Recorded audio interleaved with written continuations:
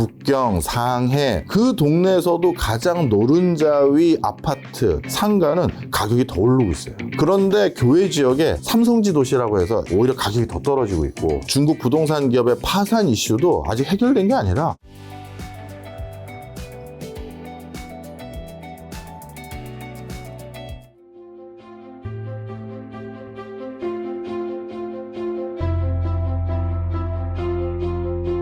저는 항상 김 작가 편입니다. 왜 그런 거죠? 그냥 늘 그래요. 제가 나락 갈 때도 그런 건가요? 아니 뭐 나락 가실 일이 뭐가 있어요? 없지만. 예. 지난번에 내신 책을 제가 진짜 눈물 흘리면서 읽었어요. 저는 뭐 잠깐 얘기해도 돼요? 네, 맞습니다. 내가 천개 인생에서 배운 것들. 네, 얘기해도 되죠? 네, 네. 뭐 저는 사실 우리 김 작가님 같은 분이 우리 사회에서 정말 잘 돼야 된다는 지론을 가지고 있습니다. 왜냐하면 많은 사람들이 나는 저 뒤에서 시작했기 때문에 내 당대는 잘 안 될 것 같아. 나는 뭐 이제 쉽지 않아. 너무 일찍 마음을 접으시는 분들이 많으시거든요. 근데 김 작가님의 그 치열한 삶을 저도 그 책 주셔가지고 읽어보고 나서 진짜 눈물까지 나고 그래서 제가 그 뒤로 진짜 동생이지만 친한 동생이지만 존경하기로 했습니다. 저는 김 작가 편입니다. 감사합니다. 우리 교수님이 소개팅을 많이 소개시켜주셔서 예, 소개팅 열심히 해주고 있습니다. 열심히 결혼을 하기 위해서 노력을. 김 작가 반드시 결혼시키겠습니다. 알겠습니다. 네. 자, 오늘 교수님과 이제 중국 경제부터 좀 여쭤보려고 하는데, 중국 경제 뭐 작년 말, 올해 초에도 굉장히 말이 많았는데, 지금 이제 5월 말이죠. 이제 뭐 곧 벌써 6월이죠. 네. 지금 이제 2024년 중반기인 지금 중국 경제 어떻고 소비, 투자, 수출 뭐 어떤 상황인가요? 일단 연초에 미국의 아이비들이라든가 국제기구에서 진단한 것보다는 지금 수치상으로는 조금 굉장히 개선돼 가고 있는 건 분명한 사실입니다. 아마 우리 김 작가 TV 시청하시는 분들은 중국 증시 투자하시면서 주로 종목들이나 증시 전반적인 지수들을 보고 판단 많이 하실 텐데 분명 수치상으로는 연초에 비해서 굉장한 개선들이 이루어지는 건 맞는데요. 자, 그런데 실질적으로 이게 중국 경제가 나아지는 시그널로 봐도 되느냐 했었을 땐 그렇죠. 저는 굉장히 아직까지는 의구심이 있어요. 왜요? 어떤 의구심이죠? 네, 원래 이번에 작년하고 재작년 연말에요. 중국 내부에서의 정책적 기조가 뭐였냐면 우리가 미국의 압박으로 인해서 이렇게 경제가 단기간에 크게 어려워졌는데 차라리 이 참에 경제에 대한 근본적인 체질 개선을 한번 해보자 이런 니즈가 있었어요. 그래서 그동안 중국 경제를 이끌어왔던 가장 큰 엔진 중에 하나인 부동산에 대한 의존도를 최대한 낮춰보자. 이게 이번에 중국의 어떻게 보면 정책적인 어떤 개선책의 가장 중요한 어떻게 방향성이었는데 세상의 경제가 얼마나 안 좋으면 그 방향을 재수정한 거예요. 그러니까 본인들의 만국병이라고 할 수 있는 부동산 투자, 투기 이거 근절하면서 그 다음 큰 행보를 하자라는 걸 지금 그럴 수 있는 상황이 아닌 것 같고요. 부동산도 다시 살짝 시동 켜서 이 엔진도 켜야지만 경제가 가동될 것 같습니다라는 노선으로 바꿔버렸어요.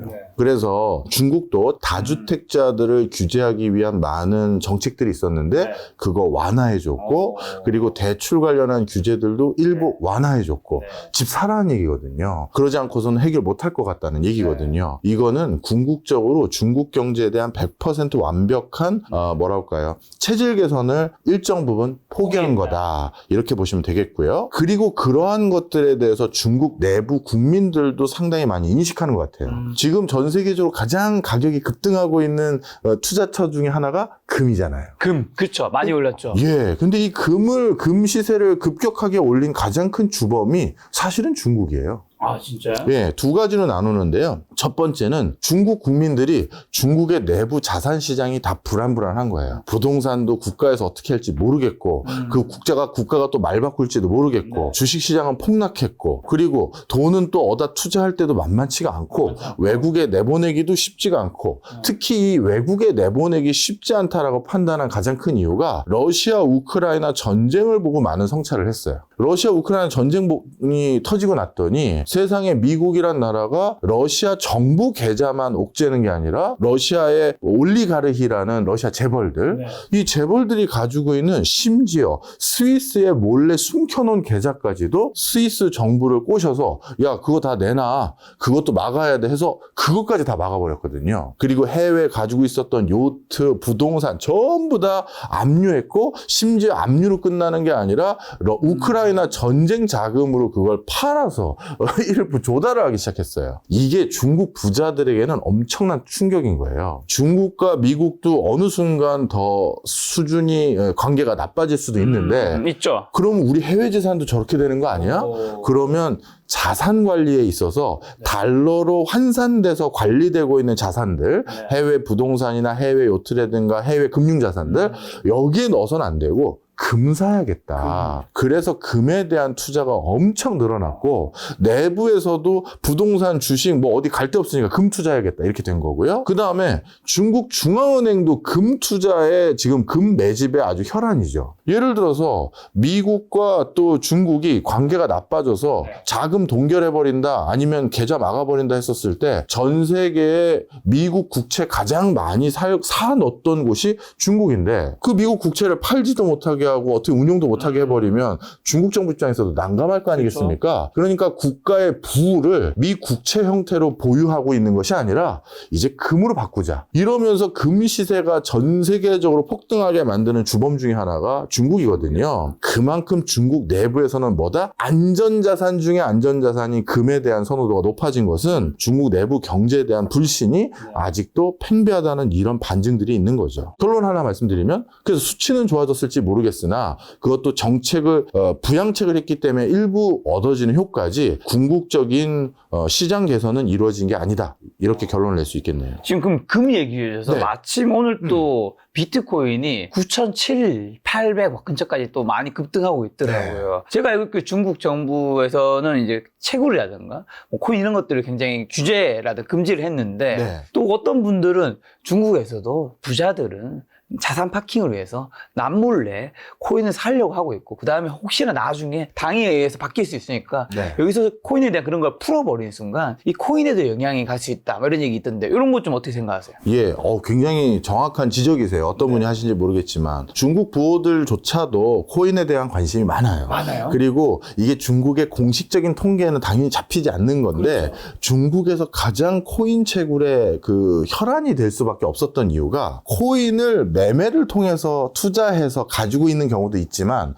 코인이라는 거 자기가 채굴할 수도 있잖아요. 근데 채굴할 때 드는 가장 큰 비용은 전기료잖아요. 근데 중국이 신재생 에너지 1등 국가잖아요. 그러다 보니까 신재생 에너지 부호들 태양광이나 풍력 이런 걸로 설비 투자해 놓은 어떤 회사들이라든가 그런 설비 투자 인프라를 갖춘 사람들 중에는 일부 자기가 신재생 에너지로 전력 땡겨서 그걸로 몰래 서버 돌려서 채굴을 하고 있는 거예요. 아, 지금 금지하고 있는데 몰래 하고 있는 사람도 있다는 거예요? 그렇죠. 그리고 이게 아주 교묘하게 중국이라는 나라는 정말 수많은 국가와 국경을 접하고 있어요. 그렇죠. 그래서 전력은 여기서 생산하나 채굴하는 곳은 중국 국경 바로 바깥. 그런 식으로 해서 코인을 일부 채굴하고 있는 게 암암리 일어나는 비밀 중에 하나예요. 그리고 중국의 그건 고위 공산당 간부들도 일부 그렇게 하고 있다라는 게 뭐 그쪽 바닥의 사람들의 그 어떤 컨센서스거든요. 그래서 중국이라고 해서 코인에 대한 관심이 모두가 없다 이렇게 볼 수는 없고요. 그런 거는 진행이 되고 있고 만약에 중국 정부가 그동안 다 금지해왔던 부동산 투자도 일부 헐고 그 다음에 뭐 예를 들어서 해외 관련한 뭐 또 다른 매매 거래도 일부 헐고 몇 가지가 있는데 코인에 대해서도 전략적으로 여러 가지 이유로 규제를 좀 완화한다.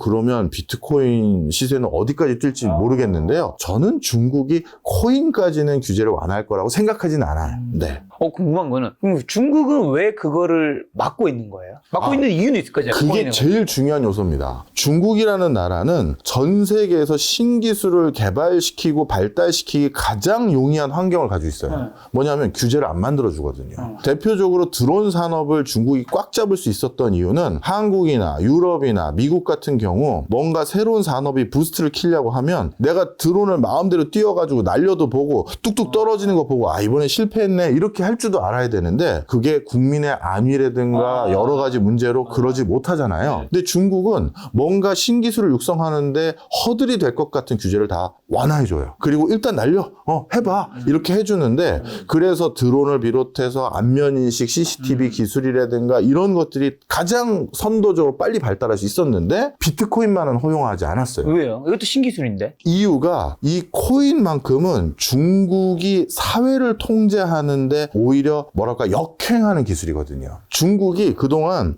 육성하는 기술들의 공통 분모 중에 하나는 이 중국이라는 시스템, 국가 체제를 유지 관리하는 데 도움이 되는 기술들을 중심으로 그 기술이 발달될 수 있도록 문을 열어줬어요.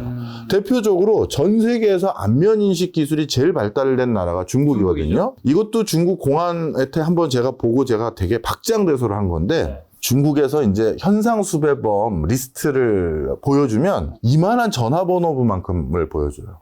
우리나라는 현상수배범 그러면 우리 목욕탕 가면 뒤에 그 포스터에 한 3, 40명 붙어 있잖아요. 붙어 있잖아요. 저기서. 예, 그러니 예를 들어서 공덕역 오거리에서 누가 이상한 사람이 낌새가 이상하다. 그럼 잠시만요.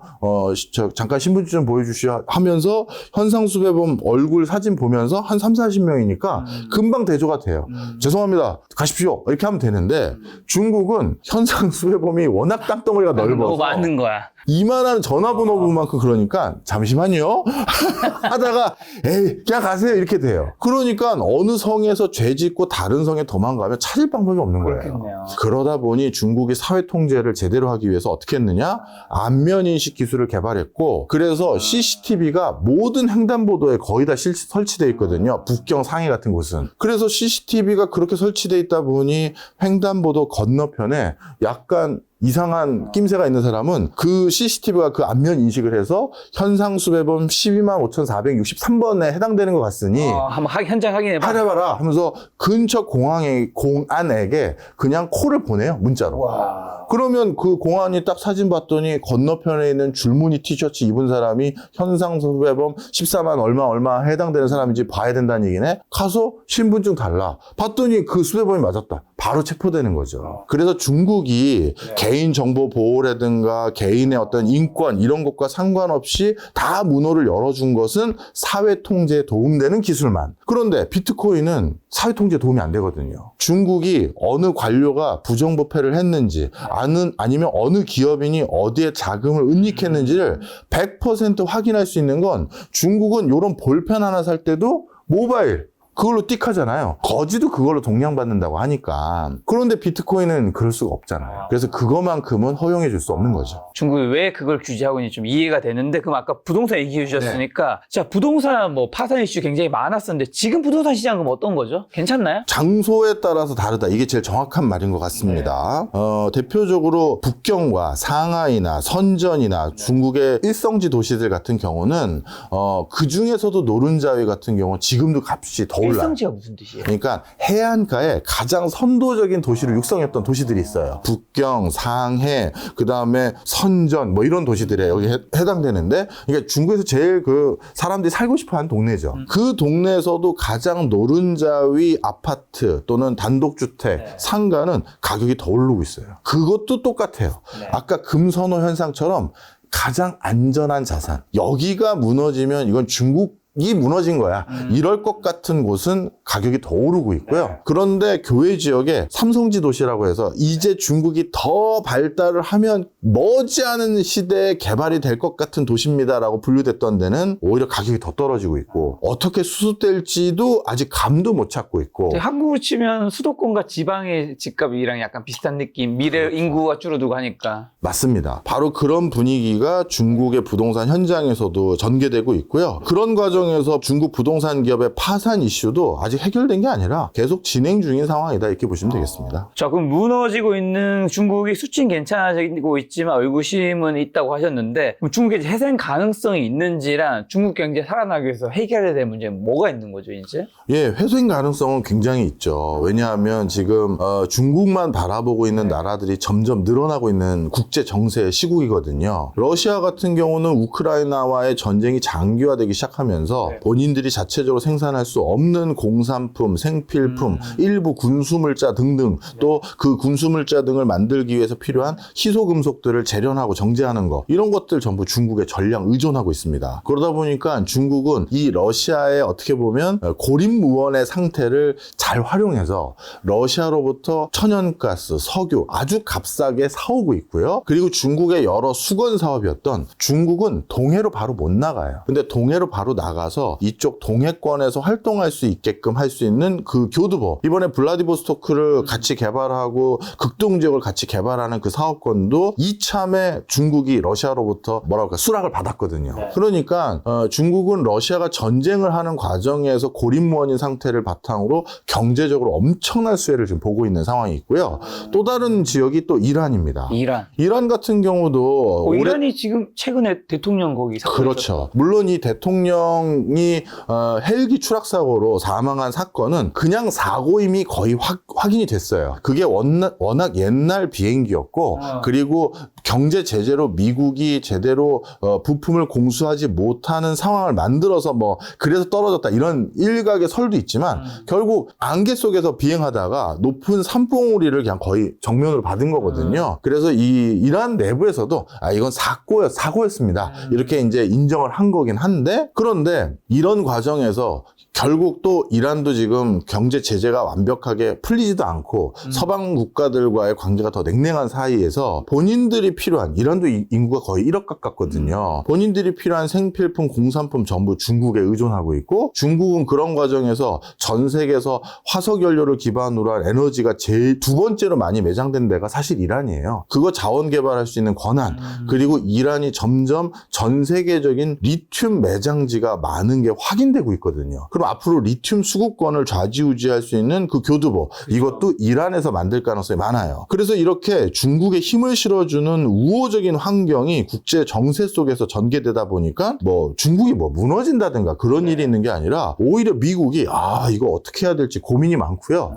또 한 가지는 미국이 선거 앞두고 가장 크게 지금 도움이 필요한 주체가 중국이에요. 중국이야. 왜냐하면 바이든은 선거 앞두고 경제를 무너뜨리면 안 되는 상황이기 때문에 어떻게든 경기를 부양하기 위해서 돈 조달해서 경기 부양에 쓰고 있거든요. 그 대표적인 방책이 국채 발행하는 건데 미국이 국채 발행했었을 때 제일 많이 사주는 곳이 일본과 중국이거든요. 그런데 중국이 국채 안 사준다 그러면 이 국채를 어디서 팔아서 어디서 자금을 조달하고 선거에 대비하겠어요. 그러다 보니까 전반적인 정세가 중국을 미국이 압박하는 듯하게 보이지만 실질적으로 가장 뼈아픈 것들은 안 하고 있고 그리고 그 사이에 중국이 이란, 러시아, 파키스탄, 인도 등등과 굉장히 교두보를 많이 만들어가고 있는 걸 미국도 뻔히 아는데 상대방 국가들에게 뭔가 강력하게 야 너희 중국하고 그거 하지 마 그 얘기도 못하는 굉장히 독특한 형국으로 전개되다 보니 중국 경제가 어려운 건 사실이지만 차차 나름대로의 교통정리가 된다고 해야 될까요?